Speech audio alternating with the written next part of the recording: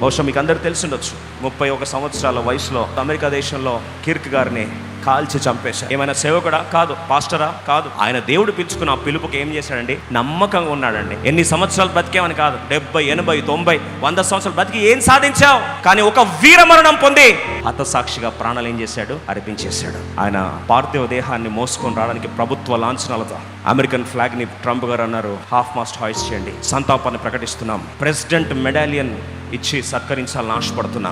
చరిత్రలో ఒక vice president ప్రభుత్వ లాంఛనాలతో ఆయన పార్థివ దేహాన్ని మోస్తా ఉన్నాడండి. వందల వేల మోటార్ కేడుతో ఆ ప్రాంతం అంతా కూడా కిక్కిసిపోయి దేశం ఒక్కసారి లేచి నిలబడి సెల్యూట్ సలాం కొట్టే స్థాయికి వస్తాడని ఎవరన్నా కలగన్నారా? ఈరోజు ఎలా జన్మించాం పాయింట్ కాదు. నువ్వు సేవకుడే అవ్వాలని రూల్ లేదు, సేవకురాలే అవ్వాలని రూల్ లేదు. కానీ పిలుచుకున్న దాంట్లో నమ్మకంగా ఉండు. చరిత్ర ఒకరోజు గుర్తుపెట్టుకుంటుంది. కారణ జన్ముడు నీవని ఒకరోజు లేచి సలాం కొడుతుంది. ఆ మాటలు దేవుడు మన పక్షం నెరవేర్చునుగాక.